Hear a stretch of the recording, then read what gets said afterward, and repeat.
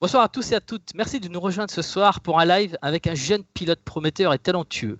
Il a 17 ans et demi, il a roulé en ELMS en 2021, il va rouler cette année en ASEAN Le Mans Series et il a déjà la victoire, le podium. Il est tout jeune, il roule chez DKR Engineering avec Lorenz Sor. Je reçois ce soir Mathieu de Barbua. Bonsoir Mathieu.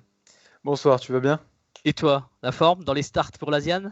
Ouais, on est ready, on est prêt. Ok, donc Mathieu, je disais ta stat, 6 courses, 2 victoires, 3 podiums, ce qui nous fait un ratio de 50% de podium. Pas mal pour un petit jeune de 17 et demi. Ouais, je suis assez content, ouais. Ouais. Alors, Mathieu, question bateau, traditionnelle. Comment t'es venu cette passion pour le sport auto? Bah, du coup, c'était aux alentours de mes 3 ans. Mon père a toujours été fan de sport auto et il m'a juste plongé dedans. J'ai fait mes premières tours de roue à 6 ans. Et puis j'ai juste adoré ça. Et depuis, c'est ma passion. J'ai envie d'être pilote depuis que je suis tout petit. Ouais. Et alors, justement, est-ce qu'il y a un pilote qui t'a inspiré pour te dire, tiens, allez, je vais faire comme lui? Alors du coup, à l'époque, c'était en F1, c'était Sébastien Vettel. Je suis toujours fan de lui et ça a été, c'était un grand pilote. Et du coup, je l'ai toujours admiré. Je sais pas si j'aimerais suivre sa carrière parce que la F1 c'est pas ce qui m'intéresse pour le moment, mais j'aimerais avoir la même carrière que lui mais en endurance. Ah, la F1, ça ne t'intéresse pas. Explique-nous pourquoi, tiens. Parce que tu te bases sur l'endurance, ça peut être sympa. Euh, pour le moment, je préfère les courses d'endurance, je préfère être avec un coéquipier, je préfère. En fait, c'est plus en équipe, c'est plus agréable, c'est une ambiance que je préfère. D'accord. Ok. Mathieu, tu as commencé en 2018 par le karting.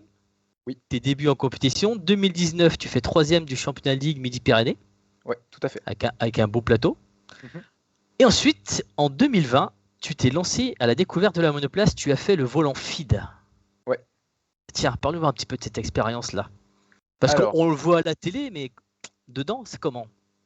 alors dedans, comment c'est très sympa, c'est très encadré, c'est très bien fait.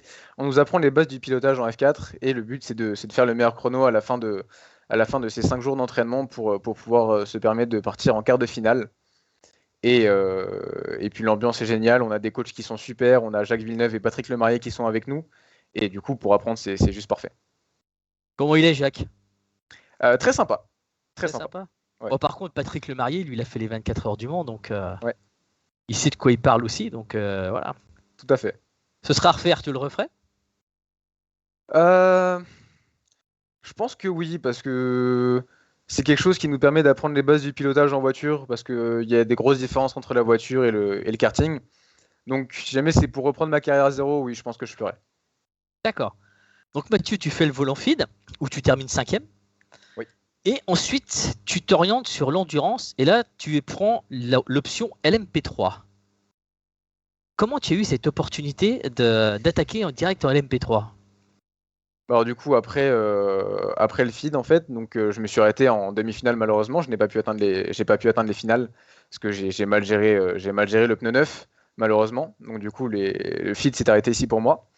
Sauf que feed racing, ça se passe à Nevers-Manicourt et à Nevers-Manicourt, il y a l'usine Ligier. Donc du Exact. coup, je dis à mon père, écoute, on s'est loupé sur feed, faut qu'on rebondisse. Et du coup, je lui dis, il faut qu'on aille visiter l'usine Ligier. Et c'est de là que tout a commencé.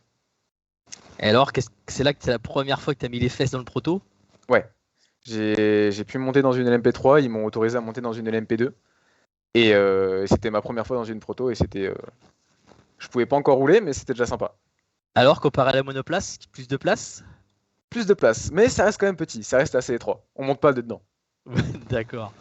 Donc Mathieu, 2021, là, tu te lances dans le bain, direct. Ouais. Et ta première course, tu l'as fait au Castellet, en Michelin Le Mans Cup, chez Mullner Motorsport. Oui. Donc, qui est déjà un team assez capé pour ceux qui connaissent l'endurance au LMP3. Et là, tu attaques par le Castellet. Alors, comment c'était pour toi cette découverte et cette première course? Comment tu as abordé ce week-end? Et bien, assez content. J'ai réussi à me mettre dans le rythme assez rapidement. Je connaissais déjà la piste via la F4, mais j'ai réussi à me mettre dans le rythme du circuit et de la voiture assez rapidement. Et puis après en qualif, ça a pas trop mal marché. J'ai fait quatrième et je me suis malheureusement loupé dans le dernier secteur qui aurait pu me valoir la pole, mais déjà très content de cette quatrième place pour une première course. D'accord. Et est-ce que tu as eu un coach pour te conseiller le proto? Pour me conseiller le proto, non, mais pour m'améliorer dans mon pilotage, oui, je suis à 32 Perform, donc c'est une école de. Enfin, c'est une école. C'est un centre sportif de haut niveau où il y a par exemple Esteban Ocon, Ogier ou encore Boccolacci. Gabriel Et Ory aussi, Mathieu oui, tout à fait. Vaxivière. Tout à fait. Exact. Tout ce genre de pilotes, que des grands pilotes et des grands noms dans le sport auto. Donc, et c'est grâce à Xavier Feuillet si j'ai pu avoir ce niveau actuellement et je continue à m'entraîner là-bas. Très bien. Pas trop dur? C'est intense. C'est C'est assez intense. intense. On y reviendra, on y reviendra. Donc ensuite, Mathieu, tu quittes Muller et là, tu vas directement dans l'écurie de pointe du moment, même Oui. depuis 2-3 ans qui trustent le haut du classement chez DKR. Mhm. Il y a une grosse différence entre Muller et DKR. On va dire que Mulner a plus de budget, du coup, en termes de confort, c'est légèrement mieux. En revanche, chez DKR, ouais, c'est un peu plus pointilleux. Les réglages sont bien mieux faits parce que DKR ont des ingénieurs qui sont au top. Et donc, du coup, les réglages de la voiture sont juste incroyables. On monte dans la voiture, ça roule fort de suite. Donc ouais, c'est très sympa de rouler avec eux. Et puis, il y a un petit écart. Ah ouais. En plus, tu commences avec eux par le championnat ELMS. Oui. Où tu as bien performé, 2 victoires, Monza et Spa. Ouais. Donc la première, Monza. Oui, tout à fait. Quand on a 17 ans et demi, qu'on se retrouve en haut du podium, qu'est-ce qu'on ressent comme sentiment? Pour être honnête, j'étais très content, mais je pense que je ne m'en rendais pas compte. Honnêtement, je pense que je me suis vraiment rendu compte que j'avais gagné cette course peut-être 3 heures après, 3-4 heures après. Sur le moment, j'étais tellement content et puis je trouvais ça inimaginable en fait que du coup, ouais, j'étais très content, c'est sûr, mais je sais pas, j'ai très heureux ça là-dessus, c'est sûr, mais ouais, des sensations assez étranges. T'étais encore chargé en adrénaline, donc du Ouais, coup, il fallait que ça je pense que retombe. c'est ça, ouais. Beaucoup de pression, t'as eu beaucoup de pression durant ce week-end-là? Non, ça va. Honnêtement, j'ai été agréablement surpris, j'ai pas eu tant de pression que ça.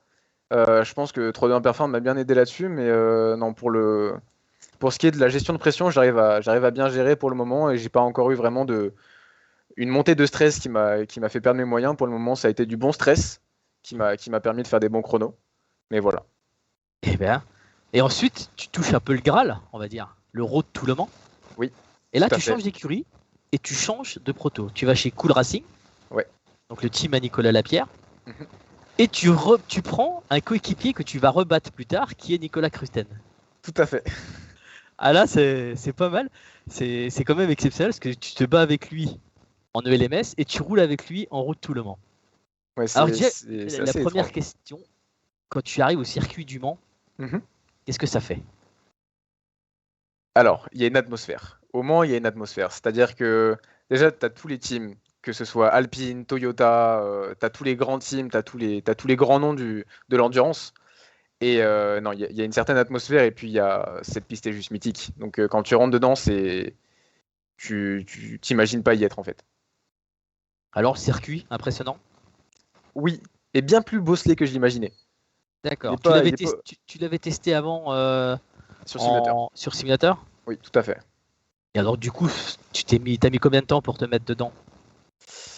Alors Le Mans, surtout en road to Le Mans, on n'a pas beaucoup de temps de roulage. On a peut-être vu que la piste est très longue et que les séances d'entraînement sont très courtes, il y a qu'une heure.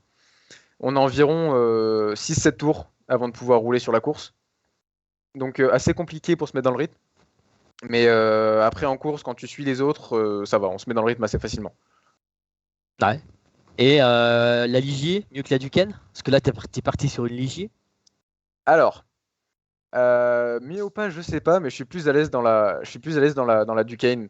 C'est un style de pilotage qui me plaît plus. En fait, c'est très différent.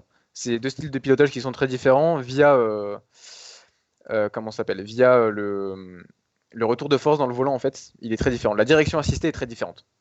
C'est deux D'accord. systèmes qui sont complètement différents. Et en termes de tenue de route, on est sur du quasi la même chose C'est ou... équivalent, ouais. C'est Ouais. équivalent. Et podium en plus. En plus, podium, ouais. Assez content. On a fini deuxième sur la deuxième course, donc c'était sympa. Et là, le podium du Mans, c'est un peu mieux que Monza et Spa ou pas? Ah, c'est quelque chose. Le Parce podium que là, du Mans, c'est quelque chose, ouais. t'es scruté par tous les autres teams. Tout à fait. Parce que ce Tout à qu'il fait. faut se dire, c'est que le Road to Le Mans, c'est la course d'ouverture des 24 heures du Mans.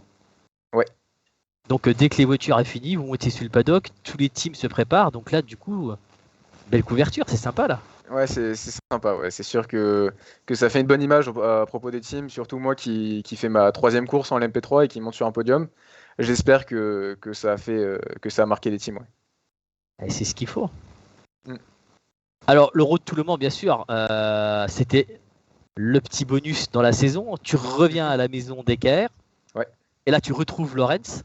Tout à fait. Et tu changes un Allemand pour un autre Allemand. C'est exact. Et là, c'est là que vous commencez à jouer la gagne pour le championnat, parce que tu as remplacé Jean-Philippe Dérault auparavant. Et là, tu fais Spa. Vous gagnez Spa. Et quand même, tu gagnes Le Mans, tu gagnes Monza, tu gagnes Spa, tu gagnes sur 3 circuits mythiques. Est-ce que Spa a une saveur différente que les autres pour toi? Une saveur différente, je sais pas. Mais un plaisir à rouler cette piste différent, ça c'est sûr. Déjà via le Raidillon. Et puis aussi parce que c'est une piste qui est là depuis le début en F1, c'est une piste qui est incroyable. Et puis il y a eu des courses d'endurance qui sont mythiques, les 24 heures de Spa en GT3, ou même en WEC, où il y a des courses qui sont toujours palpitantes. Donc ouais, cette piste est assez sympa à rouler. Alors, le Raidillon, Mathieu, comment il est? Flat. Il est flat. Ouais. Et tu l'as passé flat tout de suite ou tu t'es laissé 2-3 tours? Je me suis laissé 2-3 tours quand même. Ouais. Tu sens la compression en bas à la bosse? Moins qu'on me l'avait dit. Je pense que je m'étais imaginé quelque chose qui n'était pas forcément vrai. Mais il y a une compression, c'est sûr, mais elle n'est pas aussi importante qu'on le dit, je pense. D'accord. Du moins en proto. Ah ouais. Alors, Mathieu, tu as eu une saison 2021 couronnée de succès. Comment tu l'analyses, cette saison? Tu es tout jeune, 17 ans et demi, je peux me permettre. Un petit jeune comme toi qui arrive, qui gagne, ça va gratter certains, ça doit gratter certains. Mais toi, dans ton univers à toi, dans ta bulle, parce que vous êtes dans une bulle quand vous êtes en course, tout à fait. Comment tu as pu analyser cette saison en disant « Waouh, là j'ai bien performé » Je dirais pas forcément les résultats en course, parce que ça c'est juste un plus. Pour moi, le résultat en course, c'est juste un plus, c'est juste le fruit du travail qu'on a fait durant tout le week-end avec la team et avec mon coéquipier. Pour moi, ce qui me marque le plus dans un week-end de course et ce qui me rend le plus plaisir, c'est les chronos. C'est quand à la fin des séances d'essai libre, mon ingénieur me dit « Si tu roules comme ça, on va gagner la course ». Ça me fait plaisir et c'est ça qui me rend le plus heureux, je pense, avant la victoire. Oh, vu que tu es un petit peu plus jeune que Lorenz et la majorité du plateau, t'es pas le Benjamin, je crois. Il y en a encore un petit peu. Non. Ah si, t'es le Benjamin, là, je crois. Si, à part à Portimao, du coup, où d'aucuns m'a rejoint. Et lui, je crois qu'il est un poil plus jeune que moi. Il a dû naître peut-être 2-3 mois plus tard. Eh oui. Mais sinon, ouais. Donc, le Benjamin du peloton, on va voir un peu le côté off-course. Comment ça se passe pour toi quand tu vas dans le briefing? Est-ce que tu arrives à analyser toutes ces données et à les retranscrire directement aux ingénieurs? Ouais, alors, on va dire que j'ai de la chance, que ce soit quand je parle ou quand j'écoute quelqu'un parler, j'arrive à dire ce que je ressens et d'une manière assez précise, donc je suis assez content là-dessus. Et quand on me dit quelque chose, j'arrive à le retranscrire directement après sur la piste. Donc ça dessus, je suis assez content et je pense que c'est pour ça que j'arrive à faire des bons temps, parce que j'arrive à écouter ce qu'on me dit et surtout j'arrive à refaire ce qu'on me dit de faire. Et du coup, est-ce que les ingénieurs te donnent le même crédit que Lorenz ou Nicolas Scrutten? Pas encore. Pas encore. DKR a commencé à le faire dès Monza en fait. Ils ont commencé à le faire, c'est-à-dire que Lorenz disait les réglages qu'il fallait faire et vers la fin de la deuxième séance d'essai libre, ils m'ont dit Mathieu, on t'a fait un réglage, dis-nous ce que t'en penses. Donc ils me disaient pas ce qu'ils ont fait, justement pour voir si moi j'arrivais à leur donner un ressenti. Et j'ai réussi à leur donner le bon ressenti. Donc après, ils m'ont fait de plus en plus confiance jusqu'à Portimao, ou même à Spa d'ailleurs, ils me demandaient déjà si jamais j'avais des réglages, des idées en tête. Et il se trouvait que j'avais les mêmes idées que Lorenz. Donc du coup, après à Portimao, ils m'ont fait confiance à 90%, 100%. Donc ce feedback t'a été bénéfique? Tout à fait. Alors, si j'ai une question à te poser sur la saison 2021, Mathieu, quelle a été la clé de ton succès? Je pense que ça a été Lorenz qui m'a coaché. C'est l'une des légendes en LMP3 là, de ces derniers temps. C'est la référence en LMP3. Donc je pense que l'avoir en tant que coach comme première année et écouter ce qu'il me dit et réussir à le refaire en piste, je pense que c'est ça qui m'a le plus aidé. Ah oui, parce que là, vous refaites l'Asian ensemble. Ouais. Parce qu'après, Lorenz passe Gold, donc du coup, il pourra faire ton coach, mais complètement différemment derrière, quoi. Oui, ça c'est sûr. Donc, voilà. Là, tu nous as un petit peu expliqué ton feedback. Et pour ce feedback, ce ressenti, on est d'accord que ça, c'est la partie mécanique, sport auto. Mm-hmm. Moi, je voudrais savoir, tu m'as parlé tout à l'heure de 3-2-1 Perform avec Xavier Feuillet. Ouais. Comment tu te prépares physiquement pour ta saison? Alors, c'est pas très compliqué. C'est à base de cardio et de muscu. Pour la muscu, je fais quelque chose qui n'est pas très compliqué. Je fais juste du renforcement musculaire. Donc, c'est-à-dire que je vais pas venir prendre de la masse. Je vais juste venir. En fait, ce que je fais, c'est que j'entraîne mes muscles à s'entraîner longtemps pour justement m'entraîner en endurance. Donc, du coup, en fait, mes muscles sont habitués à devoir tenir une force longtemps et pendant un certain nombre d'heures. Donc, là, par exemple, 2 heures en ELMS. Et puis après, je fais pas mal de spécifiques et de coordination. En plus, tu es tout jeune, donc ça vaut le Ouais, coup. Tu n'as pas beaucoup besoin de forcer le talent comparé à certains qui sont un petit peu plus vieux. c'est ça. Et Il y voilà. a plus de facilité. Et du coup, les courses, vu que tu te fais une bonne préparation physique, ça se finit propre. T'es frais, quoi. Alors, oui, mais pas à Portimao. Ah, Parce que Portimao, la piste est très douloureuse pour le coup. Je pense que c'est la piste la plus physique du plateau là, de cette année 2021. Parce qu'en fait, il y a beaucoup de virages longs avec beaucoup de jets latéral, de jets latéraux, pardon. Et, euh, et donc, du coup, ouais, pour le coup, c'est très dur. Pour le reste du corps, c'est assez facile parce qu'on est sanglé, donc le corps bouge pas. En fait, il y a seulement le cou qui n'est pas du tout attaché. Donc ouais, c'est le cou qui force le plus. le casque est pas trop lourd à force. Non, ça va, on le sent pas. Casque en carbone, c'est assez facile. D'ailleurs, je crois que tu as ton casque derrière. Ouais, il est juste derrière, c'est exact. Alors, Mathieu, tu es tout jeune. Je suppose que tu es encore écolier. Oui, tout à fait. Voilà. Donc, comment un jeune comme toi arrive à concilier la scolarité et la course automobile? Alors du coup, pendant 2 ans, j'ai été en sport-études avec 3-2-1 Perform. Et là, cette année, pour cause de budget, j'ai dû malheureusement m'arrêter. Mais par contre, je fais toujours cours avec le CNED. Donc en fait, je fais cours à la maison. Donc le matin, je suis en cours. Et du coup, l'après-midi, je peux me permettre de faire mon sport. Je t'interromps 2 minutes. Il y a Lorenz qui regarde le live qui nous a mis une Oui. petite phrase en disant Mate, cut your hair, please. Alors, malheureusement, j'ai pas envie de les couper. Ils sont plus courts que d'habitude. Tu peux lui Et répondre, hein, il t'écoute. Hein. so Lawrence, I don't really want to cut my hair for the moment because I really like my long hair, but my hair are shorter than usually. Voilà, réponse du direct. Et donc, maintenant, pour l'école, tu disais que tu étais passé Xavier Feuillet, donc dans ce sport, Oui. et là, tu attaques quel niveau d'études?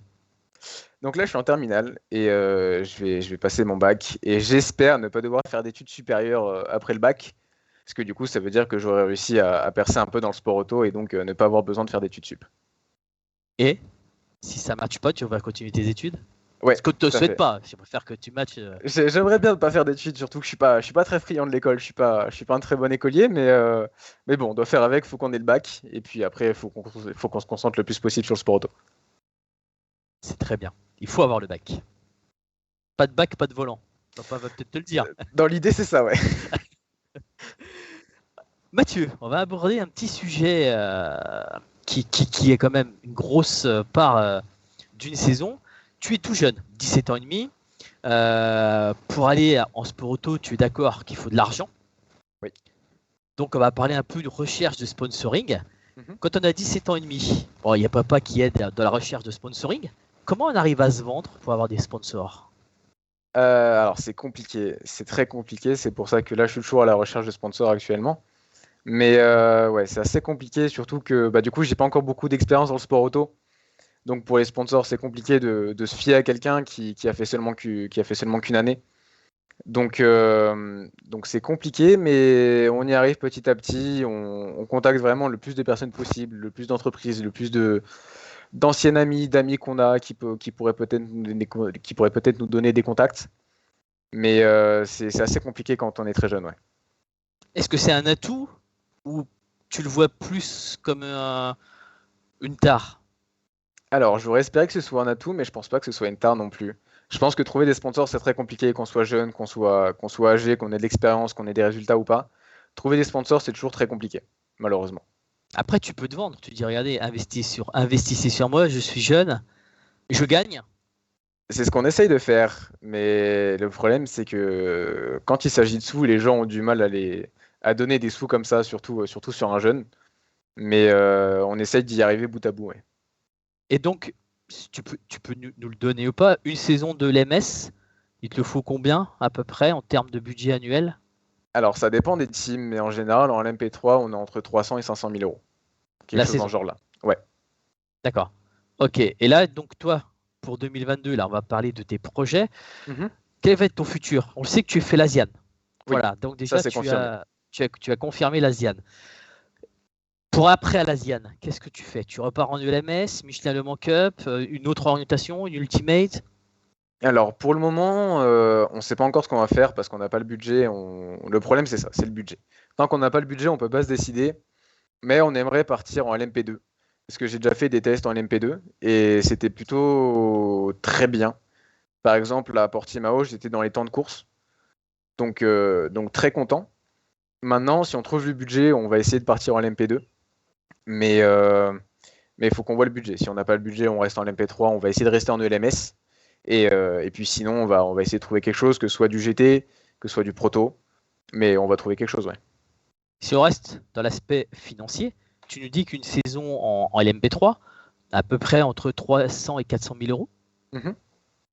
Et le LMP2, vu que tu es en plein dedans, tu peux nous donner un chiffre? Combien il faut trouver de budget? À peu près, Mathieu, attention. Dans l'idée, c'est environ 300 000 de plus avec Le Mans, je crois, en ELMS. On est aux alentours des. On est entre. Je crois que selon les prix, on est entre 600 et 800 000 euros en pro. En prom, c'est un peu moins cher parce que du coup, il y a le bronze qui ramène du budget. Mais en pro, ouais, c'est ça, on est dans ces prix-là, avec Le Mans compris. Avec Le Mans compris. Ouais. Donc ça veut dire programme ELMS et la Et petite, 24 heures du Mans. la petite cerise sur le gâteau, les 24 heures du Mans. C'est ça. Voilà. Et donc, tu es en discussion pour ça? Ça avance? Ça commence à être pas trop mal, mais le problème, c'est qu'on peut pas confirmer, on peut rien faire pour le moment parce qu'on n'a pas les sous. Mais une fois qu'on a les sous, j'espère que ça va aller vite et qu'on aura le temps de signer avant le début de saison, ouais. D'accord. Alors, je ne veux pas te mettre en porte-à-faux. Lorenz aussi a un projet LMP2. Vous êtes coéquipier en Asian Le Mans Series. Est-ce qu'on verra la petite voiture orange et noire en LMP2? Ce serait sympa, j'espère fortement. Serait sympa. Surtout que du coup, avec Lorenz et toute la team, on a réussi à avoir ce prix qui est l'entrée gratuite aux 24 heures du Mans pour la team. L'invitation, oui, parce que vous avez gagné le championnat ELMS. Tout à fait. Et là, notre but, c'est d'essayer de prendre la deuxième en Asie. On va essayer de rafler les deux. Mais oui, du coup, j'espère fortement que Nemo soit là en LMP2 et j'espère faire partie de cet équipage. Et on te le souhaite de tout cœur. Mathieu, 2022, ça va bientôt ouvrir la saison de l'Asian. Dubaï, Abu Dhabi, Yas Marina. Ouais. T'as déjà roulé là-bas? Jamais. Que sur simulateur. Alors, quand tu dis sur simulateur, c'est sur quoi? Sur Air Factor 2, du coup. Ouais. Avec une LMP3, j'ai un coach qui est Tom Dillman d'ailleurs. On a reçu en live Tom Dillman, ouais. tout à fait. Donc il me coach comme il faut sur simulateur via Air Factor 2 du coup. Et puis après, j'essaie de retransmettre ça directement sur la piste et de mettre dans le temps le plus rapidement possible. D'ailleurs, Tom, il a roulé en Le Mans Cup en Michelin l'année dernière. Je crois bien que oui. Oui, il a fait 2-3 piges, ouais. Et donc, du coup, quand tu vas arriver à Dubaï, tu vas savoir à peu près comment te situer? Ouais, ça, le simulateur, ça va. La piste est très bien refaite, d'après Tom. Donc je pense que je peux lui faire confiance là-dessus. Et ouais, du coup, je connais les virages par cœur, je sais à peu près où est-ce qu'il faut freiner, parce qu'entre le simulateur et la vraie vie, il y a quelques différences. Bien sûr. Mais j'ai déjà des idées, je sais comment la piste va tourner, je sais de quel côté de la piste il faut que je me mette. Donc ouais, J'ai déjà une idée du rythme aussi. Donc après, il n'y a plus qu'à le retranscrire dans la vraie vie. Alors, ces simulateurs que tu as essayé auparavant, si tu peux nous donner une estimation, tu avais testé Le Mans, donc tu n'avais pas les boss, mais est-ce que tu avais le rythme direct? Est-ce que le simulateur t'avait donné ce rythme? Alors, Le Mans, c'est spécial, parce que comme je l'ai dit, il n'y a pas beaucoup de tours, malheureusement, avant Voilà. Ou avant alors, de pouvoir s'entraîner. Mais peut-être tu as fait le simulateur à Monza ou à Spa. à Spa, ouais. À Spa, Spa, j'en ouais. ai fait pas mal. Dans l'idée, les temps sont à peu près similaires. Il y a peut-être quelques différences, mais dans l'idée, ouais, c'est assez réaliste, ça va. Et tu joues sur un simulateur dynamique ou enfin tu t'entraînes sur un simulateur dynamique ou sur ton PC à toi? Non, pour l'instant, je suis sur mon PC à moi. J'ai un bon simulateur, mais rien de bien fameux. Donc, pas de vérin, etc. Mais surtout, je ne trouve pas que les vérins soient si utiles que ça, surtout que c'est très compliqué de le refaire comme dans la vraie vie. Donc, en général, c'est toujours sympa d'en avoir, mais je trouve pas ça forcément très utile. Casque VR, tu mets la VR pour jouer? Non, pas pour le Ouais, moment. pas pour le moment. Alors, du coup, quelles sont tes ambitions pour l'Asian Le Mans? Bah, essayer de faire 4 victoires sur 4. Ouais. Ce serait le but, ce serait génial parce que du coup, ça veut dire qu'on aurait roulé sur tout le monde, qu'on aurait confirmé notre saison 2021 en ELMS. Donc, ouais, le but, c'est de faire premier sur les 4 courses. C'est tout le mal qu'on te souhaite et tout le bonheur de gagner ce championnat. D'ailleurs, la voiture est déjà arrivée, il me semble. J'espère qu'elle est arrivée, ouais. Parce que c'est par bateau, donc bon, elle est partie en décembre. Donc maintenant, j'espère qu'elle est arrivée, oui. Et donc, toi, du décolle quand alors? Moi, je décolle lundi prochain, le 7 février. Ok. Alors, tiens, au point de vue sanitaire, est-ce que tu es à jour de tes vaccins? Est-ce qu'ils vous demandent des choses un petit peu plus contraignantes? Ouais, donc pour prendre l'avion, bon, on est obligé d'avoir les 3 doses ou alors on a attrapé le Covid il n'y a pas longtemps, donc ils nous laissent passer. Moi, pour le coup, j'ai fait les 3 doses parce que pour prendre l'avion, c'est beaucoup plus simple. Et vu qu'avec les pistes, on doit toujours prendre l'avion à droite à gauche, j'ai fait les 3 doses. Je suis pas forcément pour ces 3 doses-là, mais bon, je suis obligé de le faire, donc je le fais, je chipote pas, et puis voilà.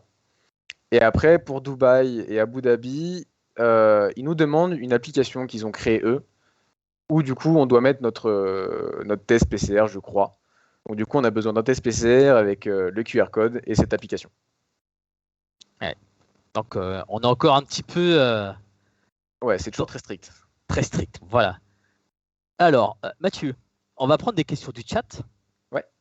Alors, on a une question de Clémence Rousseau. Mhm. Que penses-tu de l'arrivée des pilotes féminines en P2, P3? PS, je suis belge et mon objectif est de rouler en P3. Fais gaffe à toi. Voilà. Non, je suis très content que les filles arrivent dans le sport auto et surtout qu'il y ait des filles talentueuses qui arrivent. Par exemple, je vais prendre l'exemple de Lilou Wadou en LMP2 là, qui a signé Richard Mille. avec Richard Mille, tout à fait, avec Ogier et Milesi. Et puis même cette année, il y avait Sofia Florsch, Tatiana Calderon, qui était aussi avec Richard Mille. Donc ouais, il y a de plus en plus de filles qui arrivent dans le sport auto. Et je suis très content parce qu'il y en avait pas tant que ça et il y en a de plus en plus, donc c'est sympa, ouais. Ensuite, Ivan. Ivan, salut Mathieu. Quand tu dis ressenti, qu'entends-tu par là? Si la voiture sous-vire, survire, le freinage, etc. Donc j'imagine qu'il fait allusion au simulateur avec les vérins. Et Je te dirais plus là ou sur alors la sur la piste. piste. Ouais, Ouais, sur sur la la piste, piste. plus ton, on va dire quand tu as débuté, ton Alors, feedback par rapport à ton premier tour en proto, quoi. en fait, le sous-virage et le sur-virage, c'est des choses qui sont très facilement remarquables. C'est-à-dire que donc le sous-virage, déjà, qu'est-ce que c'est? Quand on essaie de tourner, la voiture ne tourne pas. Et le sur-virage, au contraire, c'est quand la voiture tourne trop, donc quand l'arrière essaie de dépasser l'avant de la voiture. Et en fait, ça se ressent de suite. Donc même si tu n'as pas d'expérience dans le sport auto, même si tu connais rien dans le sport auto, quand tu montes dans une voiture et qu'elle tourne pas, tu le sens de suite. Et c'est pareil pour le survirage. Si jamais elle veut trop tourner, tu vas le sentir de suite. Donc ça, c'est très facile à retranscrire aux ingénieurs. En revanche, c'est plus tout ce qui est un peu plus précis. Par exemple, quand on sort d'un vibreur, si la voiture saute trop, si on peut se permettre de prendre les vibreurs, si on ne peut pas se permettre de les prendre, si quand on va lâcher les freins, la voiture va tourner ou non. Ça, c'est des réglages et des ressentis qui sont un peu plus précis et qui sont assez compliqués à avoir. Donc je suis assez content d'avoir eu ces ressentis-là assez vite. Bon, Mathieu, moi je fais du kart. Ouais, T'as fait du kart, t'as commencé en kart. bien sûr. Est-ce qu'on peut se dire que le kart est une bonne école? Tout à fait. Ça là-dessus c'est sûr, parce que ce soit pour le sous-virage ou pour le sur-virage, pour les bases du pilotage, donc extérieur, intérieur, extérieur, c'est la clé. Tous les pilotes ont commencé par là. Actuellement, en F1, il n'y a aucun pilote qui n'a jamais fait de kart dans sa vie, qui n'a jamais fait de compétition, c'est pareil en endurance. Donc, ouais, dans l'idée, le kart, c'est très bien. En revanche, quand on monte en voiture, il y a une différence. Parce que les trajectoires sont assez similaires, mais il y a des différences, notamment à cause des suspensions et des freins à l'avant. Ça, c'est un gros changement entre le kart et la voiture. Et les freins sont beaucoup, beaucoup plus durs. Donc, c'est une nouvelle manière de freiner qui est assez compliquée à avoir. C'est pour T'as ça combien, qu'il m'a bien aidé. t'as combien de kilos de pression en P3 sur le frein? Aux alentours entre 80 et 100 kilos. Ouais. En kart, on n'a pas tout ça. En kart, on est peut-être à 10 à tout casser. Ouais. Ouais. Et encore, si jamais on met plus de 10 kilos, on bloque les roues arrière, donc c'est pas bon. Et après, le petit spin-off, comme on C'est dit. ça. Voilà, bah, du coup, Ivan, oui, c'est sur la piste, je te remercie. On a Magali Fouquet qui nous dit. Ah bah tiens, la question est partie. Mathieu, alors il y a Christophe Proto qui nous dit ah, l'ado du peloton avec la coupe. Donc ça, c'est au petit truc de Lorenz. Ah oui, Magali Fouquet. Y a-t-il un pilote qui t'a influencé dans ce choix de catégorie en course? Bah alors du coup, il y a eu mon cousin, Gabriel Aubry, qui lui est en endurance depuis maintenant un Ah, sacré tu bout de nous as temps. pas tout dit là. Et ouais, ouais, là, donc ouais, Gabriel Aubry est mon cousin. Et donc quand j'ai appris qu'il était en endurance et qu'il faisait du sport auto, je me suis de suite intéressé à ça et c'est là que je suis tombé amoureux de l'endurance. Et parce qu'en voyant ce qu'il faisait, en voyant des courses qui étaient très longues comparé à la F1 où ça dure que seulement 1h30, là les courses c'est minimum 4 heures, à part en Michelin où c'est 2 heures. Mais sinon, ouais, c'est de 4 heures à 24 heures. Donc là, c'est des courses, c'est de l'adrénaline, c'est plus compliqué, je pense, que les courses sprint comme la F1 par exemple, parce qu'il faut une concentration qui est plus grande, je pense, vu qu'il faut rester concentré plus longtemps. Donc ouais, je pense que c'est grâce à Gabi si j'ai pu me lancer dans l'endurance. Eh, Gabi, je me souviens d'un freinage à Bahreïn. Ah oui, tout à fait. Faut refaire le même, hein, parce qu'il a été loin. Hein. Ah, Bah, c'était d'ailleurs, sympathique. Gabriel, tiens, on peut le féliciter parce Oui, il a qu'il signé avec part Ferrari. Hive Corse. Ouais, tout à fait. Par contre, il passe du proto au GT. Ouais. Après, ça va. Il avait déjà fait quelques tests en GTE, donc il s'y connaît déjà un peu. Et puis quand t'as un niveau comme Gabi, tu sais tout rouler. C'est pas compliqué. Et toi, si on te propose une place en GT? Alors tout dépend si je suis payé ou si je paye. Si je paye, je préfère aller en P2. Si je Ouais. suis payé et que j'ai une place assurée en GTE, oui, bien sûr, là je vais sauter sur occasion, je vais pas hésiter une seule seconde. Mais dans l'idée, pour l'instant, je préfère rester en proto. Même si le GT est une voiture que j'aimerais essayer, que ce soit GT3 ou GTE, parce que c'est un Ouais. autre style de pilotage. Mais ouais, je pense que ce serait sympa. Tiens, et Christophe Proto, justement, parle de voiture. Bonsoir Mathieu. Quelle auto vous souhaitez un jour piloter? Auto de toute époque. Donc tu Alors, peux même me dire une vieille, un vieux groupe, une vieille groupe C. il y a une voiture qui me vient en tête directement, c'est la Ferrari F1 de 2004. Cette voiture est incroyable, hein. Les F1 à cette époque étaient surpuissantes, elles faisaient à peine 600 kg et encore, si ce n'est moins. Elles avaient des puissances, c'était démoniaque. Donc là, la première voiture qui me vient en tête, c'est la Ferrari F1 de 2004. Et après, sinon, bien évidemment, la Peugeot en endurance, la LMP1 de chez Peugeot, parce que c'est une marque française, et puis c'est La une voiture 908 mythique. alors. Ouais, tout à fait. Ah, je pensais que tu allais me dire la dernière, là, qu'on attend de voir ses grands débuts, la Eh 9X8. ben, je suis assez perplexe à propos de cette voiture. Je pense que si jamais ils l'ont fait, c'est qu'il y a une raison, mais j'avoue que le fait qu'il n'y ait pas d'aileron arrière, c'est assez étrange. Je suis pressé de voir ce que ça va donner, mais à essayer de la rouler, ouais. Je pense que ce serait sympa. Mais à choisir, je prends quand même la 908. Tu prends la 908? Ouais. La version hybride ou la version diesel? Ah ah. Ça, c'est dur comme question. Ça, c'est très dur. Euh, je dirais la version hybride quand même, parce qu'il y a un, comment dire, il y a un peu plus de puissance, il y a un peu plus de tout avec la version hybride, donc ouais, la version hybride. Yes. Clémence Rousseau. Peut-être que tu vas la croiser dans le paddock. Sait-on jamais. Mathieu, deuxième question. Que penses-tu de la catégorisation FIA? Tu passes Silver cette année. Appréhendes-tu de passer Gold comme Hugo de Wild ou Lawrence? ce qui complique encore plus la tâche. Alors, il faut savoir que la catégorisation cette année a été changée par rapport à l'année 2021. Il y a eu des nouvelles règles, etc. C'est pour ça que beaucoup de pilotes silver sont passés gold. Je pense à Lawrence, à Niklas Kruten, etc. Donc là, ça a assez chamboulé le monde du LMP2 et le monde du LMP3. Et après, est-ce que j'en ai peur? Pour le moment, je pense pas. Ça m'étonnerait que je passe gold pour 2023. Donc pour le moment, je suis assez confiant pour rester silver. Mais si jamais je passe gold, je trouverai un moyen de rebondir et de faire ce qu'il faut pour rester sur le peloton. Ouais. Ok. Futur LMDH, tu y penses un peu dans ta tête, cette catégorie reine? Ah, bien sûr, que ce soit LMDH ou LMH, ouais, c'est mon but. C'est pour ça que j'aimerais bien monter en LMP2 pour me faire remarquer par les grosses teams du style Ferrari, Mercedes, tous ceux qui vont venir en LMDH et en LMH. Mon but, oui, ce serait d'être pilote officiel pour l'une de ces marques, en LMDH ou en LMH. Mathieu, on aligne toutes les planètes. Tu es sur une rampe, tu es satellisé, tu pars vite. Mhm. Tous les teams te proposent. Tu choisis lequel? Porsche. Porsche ou Audi. Porsche ou Audi? Ouais. Dodge Quality? Ah, bah, comment dire, Porsche sont revenus en endurance, en LMP1 pendant une courte période. Ils ont tout gagné. C'est-à-dire que vraiment, ils Avec la sont restés 4-5 ans. 919. Ouais, ils sont restés 4-5 ans, ils ont gagné 4 fois d'affilée ou quelque chose dans le genre les 24 heures du Mans. Donc je dirais Porsche et Audi à leur époque c'était pareil. Que ce soit plutôt dans les années 2000 ou quand ils sont revenus après contre Porsche. Ouais, franchement, je dirais Porsche ou Audi, sans hésitation. Et en P2, il y a un team qui t'attire plus que d'autres? J'ai été assez marqué par WRT cette année en ELMS. Ils sont En arrivés plus, première année, ils ont tout gagné. tu les as côtoyés Incroyable. tout près, quoi. En plus, ouais, c'était à Spa, je crois. J'étais sur le box à côté d'eux. Mais en P2, ouais, je dirais WRT pour le moment. Et après, sinon, une team qui est là, qui est ancrée, qui a fait des résultats, il y a United, bien évidemment. United Ah, Autosport. ils en ont un petit peu galéré cette année. Ouais, cette année, c'était compliqué, ouais. J'ai remarqué ça. Et Jota aussi. Jota est une très bonne team. J'ai essayé de les aborder pour faire les rookie tests en WEC, Ouais. mais malheureusement, aucune team m'a pris. Mais ouais, Jota, non, c'est une très bonne team. Ils font des résultats de malade en WEC. Donc ouais, Jota, ouais, c'est une très bonne team aussi. En plus, c'est l'ancienne team du cousin.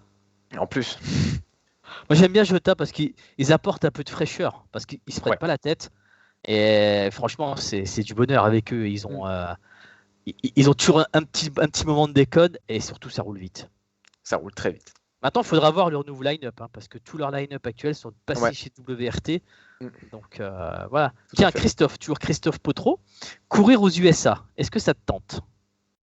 Ah, les pistes aux USA, c'est quelque chose. Les pistes aux USA, je pense à Sebring, à Watkins Glen. Il y a plein de pistes comme ça qui sont incroyables. Daytona, j'aimerais bien les faire Daytona l'année prochaine en 2023, les 24 heures. Sebring aussi. Enfin, c'est des courses qui sont mythiques et les pistes, c'est quelque chose. Parce que les pistes, ça n'a rien à voir avec l'Europe. C'est beaucoup plus compliqué.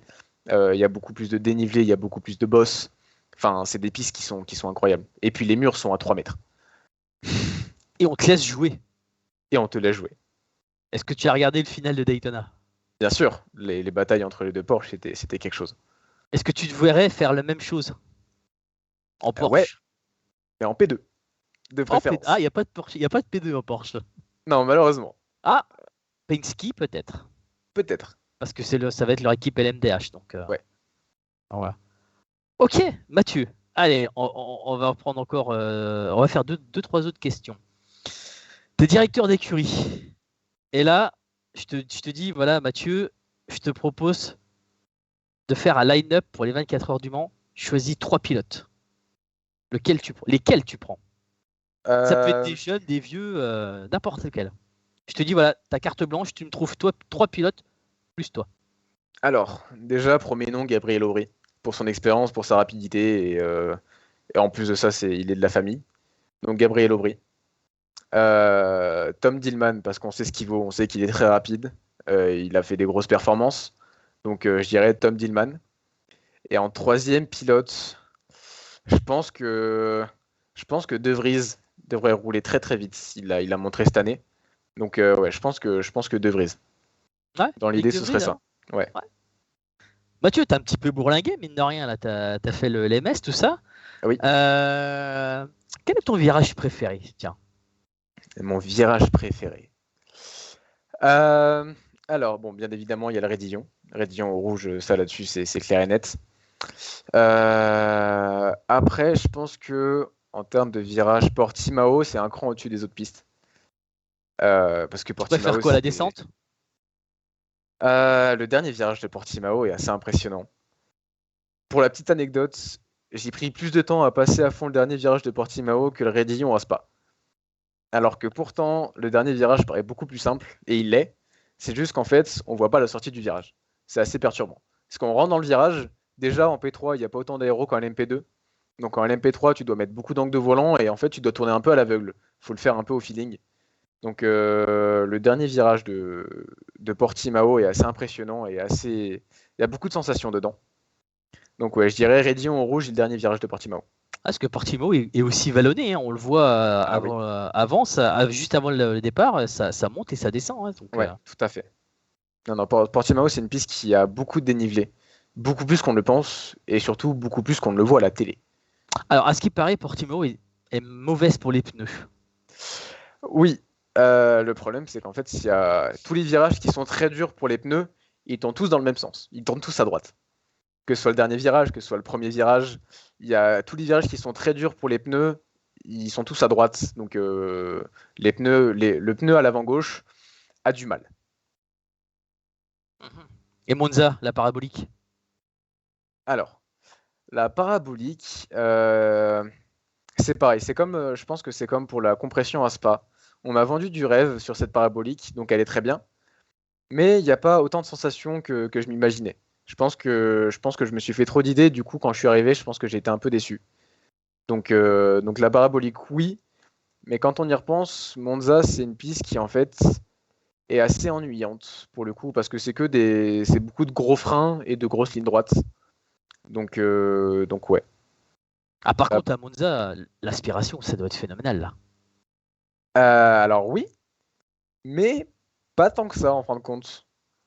C'est assez étrange, je ne saurais pas dire pourquoi, mais par exemple, à Spa, l'aspiration marche beaucoup mieux parce que les lignes droites sont plus longues, pour commencer. Et puis en fait, surtout, la grosse chose qui me dérange dans l'aspiration, c'est quand on arrive dans un virage. Dans un virage, l'aspiration, c'est très dur pour les protos parce qu'elles ont beaucoup d'aéro. Donc, par exemple, je prends l'exemple de Spa et Portimao, où quand tu es derrière une voiture, c'est très compliqué. Je prends l'exemple de Portimao, où je suis resté pendant une bonne trentaine de minutes derrière la United, où que j'ai eu beaucoup de mal à dépasser. Alors qu'à Spa, il y a très peu de virages où il y a besoin d'aéro. Donc, c'est moins dérangeant. En revanche, l'aspiration, oui, nous aide plus pour aller tenter les freins. À Spa, t'as les comptes, quoi. C'est Ouais, ouais, ouais. À Spa, t'as Combe, et du coup, t'as le bus stop, le bus stop. où on peut tenter des dépassements d'assez loin, vu qu'il y a un très gros frein. Euh, Julien Chastanet, excuse-moi. Plutôt piste parking géant comme le Castellet ou à l'ancienne comme Road Atlanta? Attention, une réponse mais une amitié par-dessus tout là-dessus.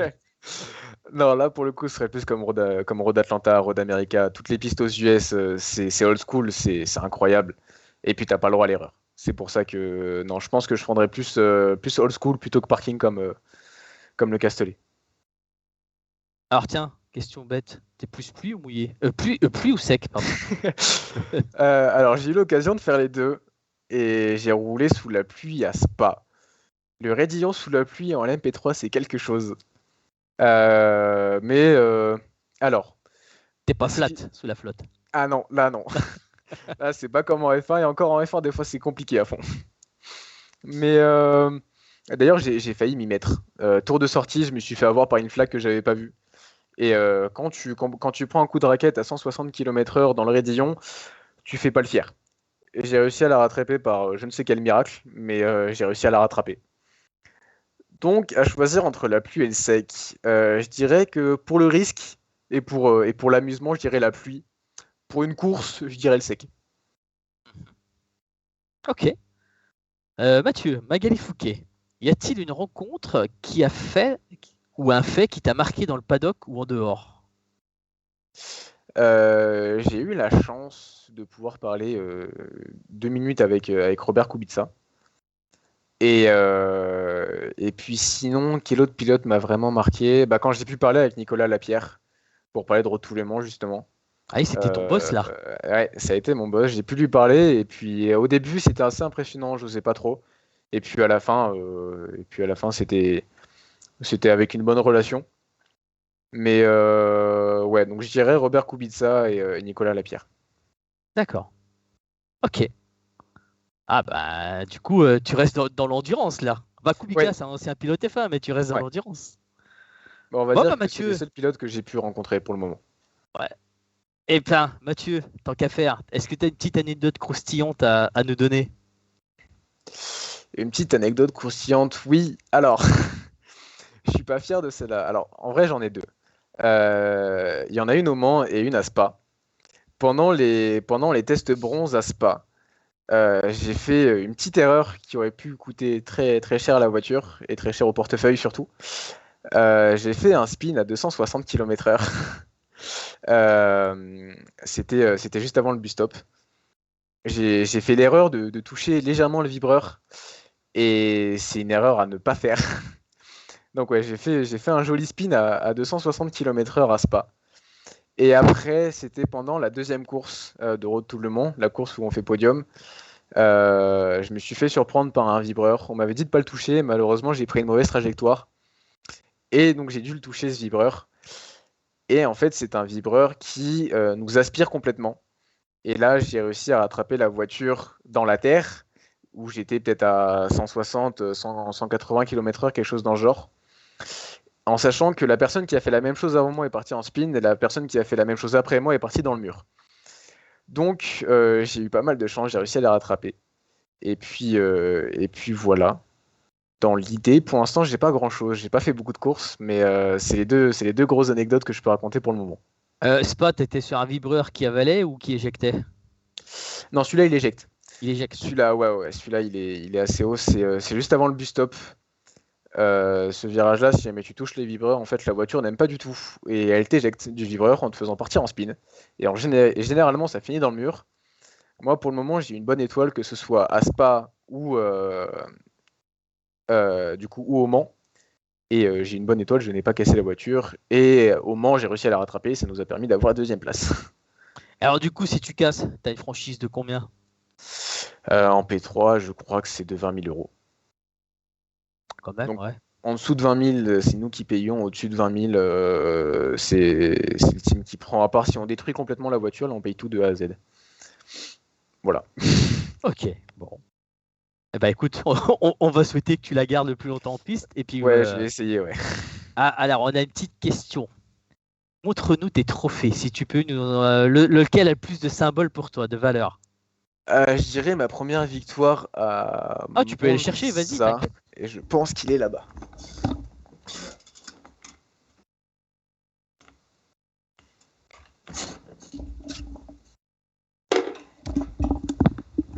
Donc c'est mon trophée à Monza, ma première victoire. Je pense que celui-là, c'est celui qui m'a le plus marqué pour le moment et c'est celui qui me marquera le plus. Donc ouais, celui de Monza. Et il faut savoir que tous les trophées en ELMS pour l'instant se ressemblent, à ma grande déception malheureusement, mais ils sont tous pareils. Il y a juste ici l'écriture qui change. Ouais, et déjà, t'en as quand même déjà pas mal, Ouais, c'est je quand suis, même je beau. suis assez content, ouais. Bon, Même bah, si c'est tous les mêmes, je suis content. ce qu'on te souhaite, c'est que tu nous en montres un l'année prochaine. Enfin, cette année, en J'espère, fin d'année, hein, Magravé j'espère. ELMS. Alors, l'Asian, est-ce qu'ils ont les mêmes? T'as regardé déjà? Je sais pas du tout. Je sais que ça change d'année en année. Par exemple, je vais prendre le trophée de Portimao en 2020, c'était pas le même. 2020 ou 2019, c'était pas le même que cette année. Mais ouais. Du coup, j'espère que ce soit de nouveaux trophées. Parce que si jamais j'arrive à en ramener un, j'espère qu'il sera différent et pas comme les autres. Donc ouais, ce serait sympathique. Bah écoute, ce qui était sympathique, Mathieu, c'est que tu acceptes notre invitation Bah, c'était pour avec qu'on grand plaisir. puisse te découvrir. Parce que ben, le petit jeune de l'ELMS, on le connaît maintenant, c'est toi. Donc c'est toi qui es venu. Donc Mathieu, on va te souhaiter une bonne Asian Le Mans Series. Merci beaucoup. Espérons qu'elle soit remplie de succès. Et puis bah, surtout, on va croiser les doigts pour que tu puisses accéder à la P2. J'espère aussi, ouais, ce serait le but. Voilà. Donc on a une tradition dans l'émission, c'est l'invité qui conclut l'émission. Donc ta carte blanche pour conclure. Et bah du coup, merci tout le monde d'avoir regardé ce live. Ça m'a fait très plaisir d'être là avec vous ce soir. Je vous souhaite tous une très bonne soirée et une très bonne journée pour demain. Au revoir à tous et bonne soirée.